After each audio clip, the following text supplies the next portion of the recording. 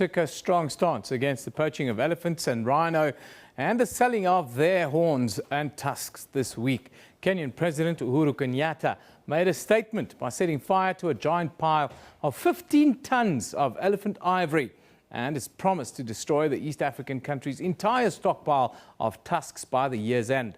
It's the third time that Kenya destroyed their stock of stored ivory to draw attention to poaching deaths. The occasion coincided with World Wildlife Day that was hosted by the Kenya Wildlife Service at the Nairobi National Park.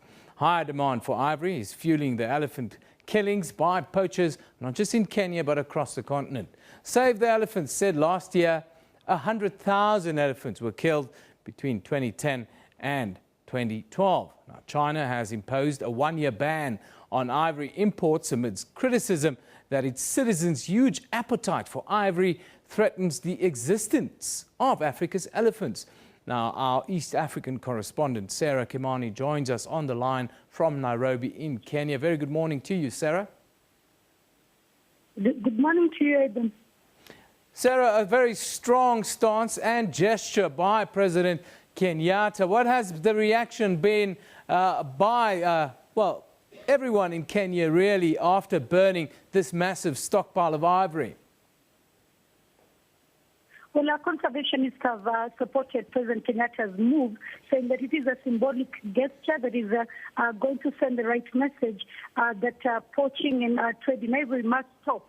Of course, there are those who feel that this is not enough. They feel that the laws, even though now stronger, are not being used adequately to get people behind bars those linked to poaching. And of course, they feel that Kenya's ties to China, which is blamed for the highest number of people arrested for poaching, is not in Kenya's good interest.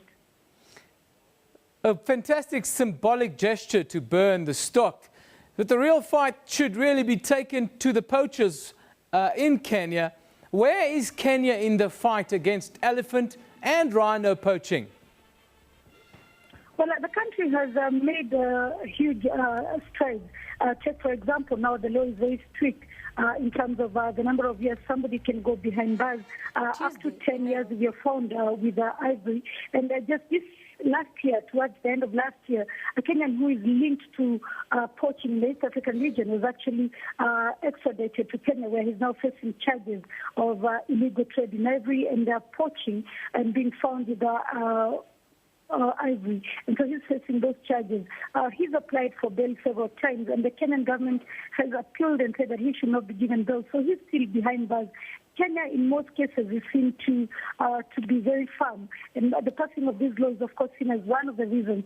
President Kenyatta also saying during that banning ceremony that he's actually going, by the end of this year, ban the remaining stock will to be close to 100 tons of ivory in the country. He says the country will not have any stockpiles.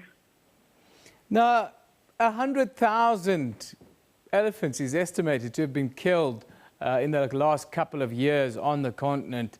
To what extent has Kenya been directly affected in this poaching scenario?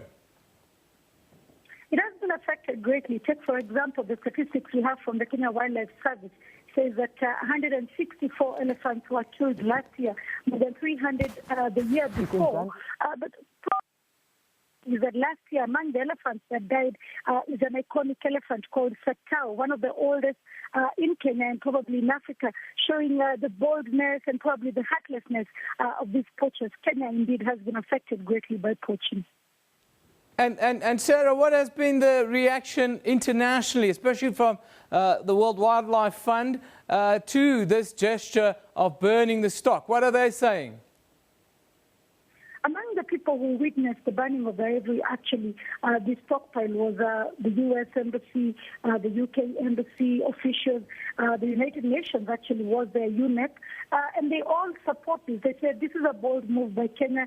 They said this will send the right message that indeed Kenya and the whole world in ivory, and they say this will also show that if a lot of countries are committed to destroying their stockpiles, then maybe there will be nothing to be sold, and people will start believing that trade in ivory is not the right way to go, because it denies African countries a lot of money in terms of GDP. Sarah, I thank you very much for that contribution. That's our East African correspondent coming to you live from Nairobi in Kenya. We're talking about the ivory stockpile, 15 tons of ivory that were burnt by President Uhuru Kenyatta on Tuesday this week there. Caused quite a bit of consternation, but sends the message. Now,